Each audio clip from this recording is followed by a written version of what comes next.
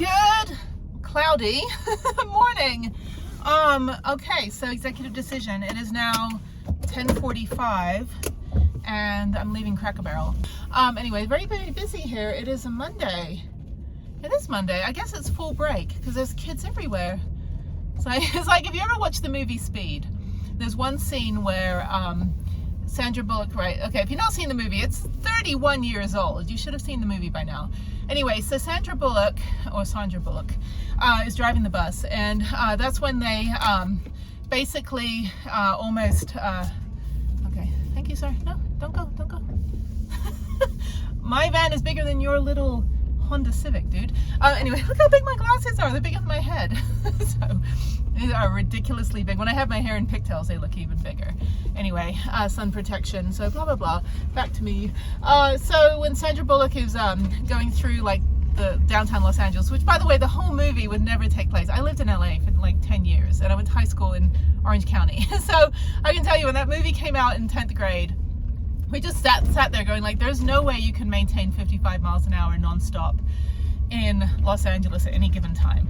Anyway, so yeah, so she ends up going around this corner and she hits she's about to hit the pram full of cans. Again, if you've not seen it, fast forward like, I don't know, like 8 minutes.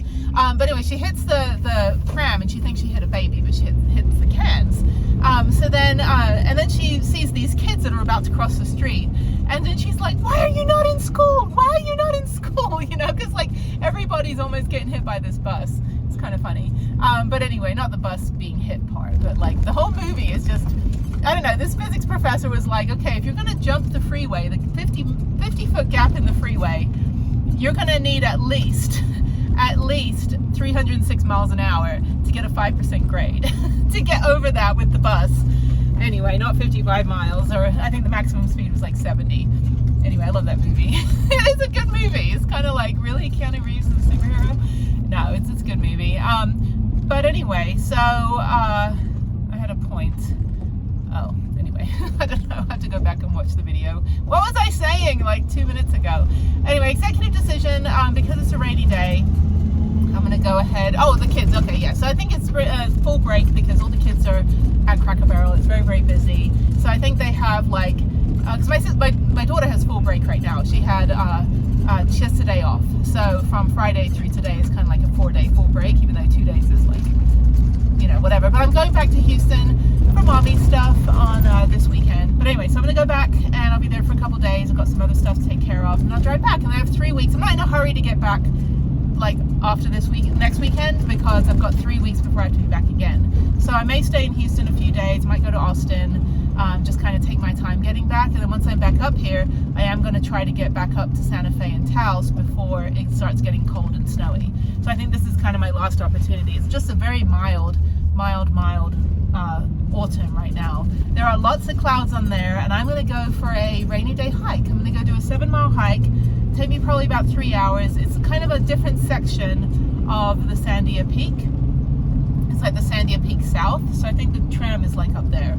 Tram's on Paseo del Norte, and I'm on San Antonio. So I'm going to go to San Antonio down to Montgomery, where everything's on. And then I'm not even going to shower today because I'm just going to do a hike. If I was at the gym, I'd just sweat like crazy on the stair climber, and then I need to have a shower, and that's like another extra hour of my time, and my wrist is kind of hurting. So for me to like shower and like use my wrist is not a good thing. It's called travel hacking, and it's not like the travel hacking that like Karen they do where like they get all those credit cards. Never even had a credit card. Travel hacking is what I decided to do in 1996 when I was 17. I wanted to see the whole world. I'd already been traveling on my own a little bit. I went to England by myself when I was 16. I've been to camp on my own. You know, I've taken the bus and the train by myself, like all through my childhood in England. I'd go, you know, take the bus on my own at 10 years old. Like I've always been kind of independent because my irresponsible parents that also traveled all the time. That was, you know, it was like we never really owned anything. We never had food in the fridge. We were traveling all the time. So my mom took us everywhere, my dad took us everywhere, and then I wanted to go everywhere. I want to go every country in the world. So I decided I want to be a journalist and a news reporter, and then I became a travel writer, and I updated travel books for 4 years when I lived in Japan, and then I did stock photography and, you know, wrote for Associated Press and all these like travel magazines, airline magazines, and all these different things. And I made you know, quite a lot. Like I made a good living doing that, but I also got a lot of stuff for free as a journalist. So really, like exponentially, I made a lot more, but I never actually got physical money. I got free stuff in addition to, you know, what tiny amount of $50 I got for writing an article, but I would get $500 worth of free hotels, food, activities, gear, that kind of thing. So it's kind of like YouTubers now, you know, they get brand sponsors and stuff, they get free stuff, maybe they don't actually get paid, but they get free stuff they don't have to buy, so therefore it kind of offsets the cost of travel. And so I decided that I was going to figure out how to travel the entire world for free. I went 15 years without having to buy my own plane ticket. I figured out a way to have friends that were that had miles, or that I could do website work for in exchange for a plane ticket.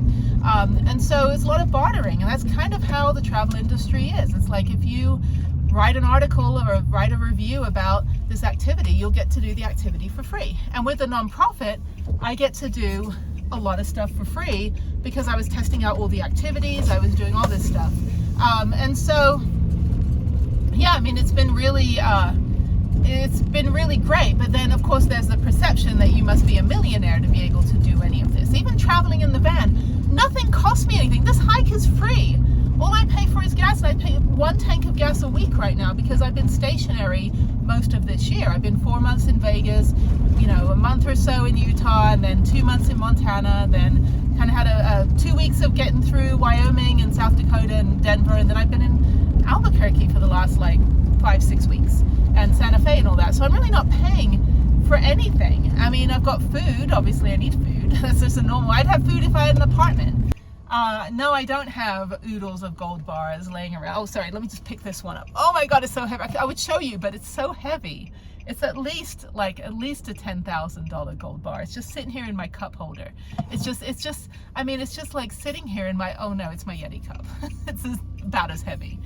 I can ride longer because I don't get the arm fatigue like able-bodied people would get. I can go 8 hours on a mountain bike.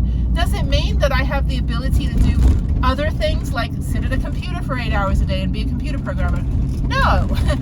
My spine is completely degenerative and will probably crumble into itself and fall out of my nostrils at some point.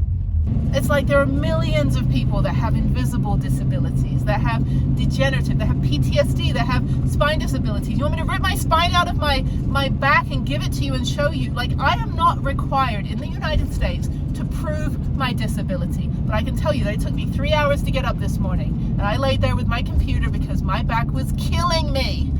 I am standing up for every single disabled veteran in this country, and every single disabled person, and every person that is living with an invisible disability where they are terrified to tell anyone they have a disability or that they have PTSD.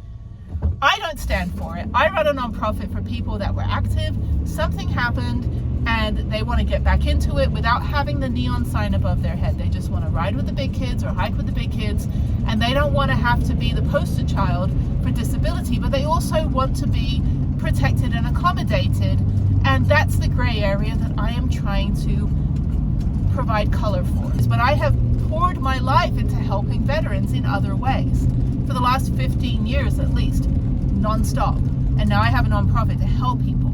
I save lives. I saved over 100 lives since we've had our nonprofit going. Come on, I mean, it's a beautiful, look at this beautiful mountain. Do you get to see that when you've got blinders on and all you want to do is annihilate the world?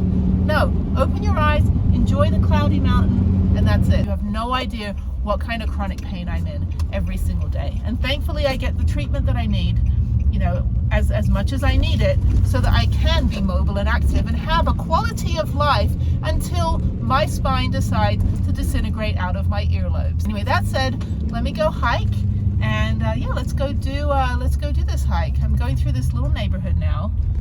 This is not the tram. The tram is on the other side, but it's very cloudy, although there's kind of like a little smidgen of blue sky coming up. So I think I'll be okay. I don't think it's going to rain till this evening, but I was like, well, I didn't really do anything Saturday, just ran around with Mark. Well, I did a lot of stuff, but ran around with Mark, and then Friday I worked out at the gym, and then before that I was rollerblading, the rollerblade wheels disintegrated. And then yesterday I went to the gym for like 30 minutes, and today I'm like, you know what, it's a nice day. I'm going to enjoy being outside before I have to go back to humid Houston. So here, I think this is the hiking trail? No, go down here. There's a park here. I could probably park there. Oh no, I still got another mile. One more mile, so I gotta go up this road. This is a cute little neighborhood. I would not live in Albuquerque though. I'd live in Santa Fe if I could, because it's a little bit cooler, like year round. But Albuquerque, you know, it does get quite hot during the summer, but it cools down at night every single night. And now I'm gonna go up here. This is cute. What a cute little old neighborhood. It is a nice town. Everyone's just real chill. It's kind of like you get the weather of California without the cost of living. You know, and you get the diversity, and there's definitely a really good Hispanic population, so you get really good food, really hard workers, and everyone's just real nice, you know. And what we learned on Saturday running around was if somebody wasn't able to help us, they knew somebody that did. So, you know, it's like when I went to Grenada out in the Caribbean, and it's like 100,000 people on the island. Everyone knows everyone. And it's like our driver was like, yeah, if you know Henry, or if you don't know Henry, but you know John, then John knows Henry. So, same thing with Albuquerque. Like, we had so many people giving us recommendations for help, where to go, and everybody, you know, everyone did us a solid, and we got a bunch of deals. We went and got that grass, and the guy gave us the contractor price. Since he didn't have a military discount, he gave us the contractor price since he was recommended by another company that couldn't help us. And so Go Green recommended Just Sprinklers, which they also have turf. And so Just Sprinklers gave us the contractor price for Go Green. So we ended up saving like over Mark saved over $120 for that. So anyway, so now I'm going down here. Now I'm up in the hills. This is great. What a fun neighborhood. See, I would always live high up if I could. Kind of like Hyde Park area of Santa Fe. But this is great. Little kind of on top of each other though. You know, I don't have the option of driving my house to another location when you live in a sticks and bricks. But I'm just going to go down here. Okay, well I will see you in a bit when I go hiking. So, okay, see you in a bit. Okay.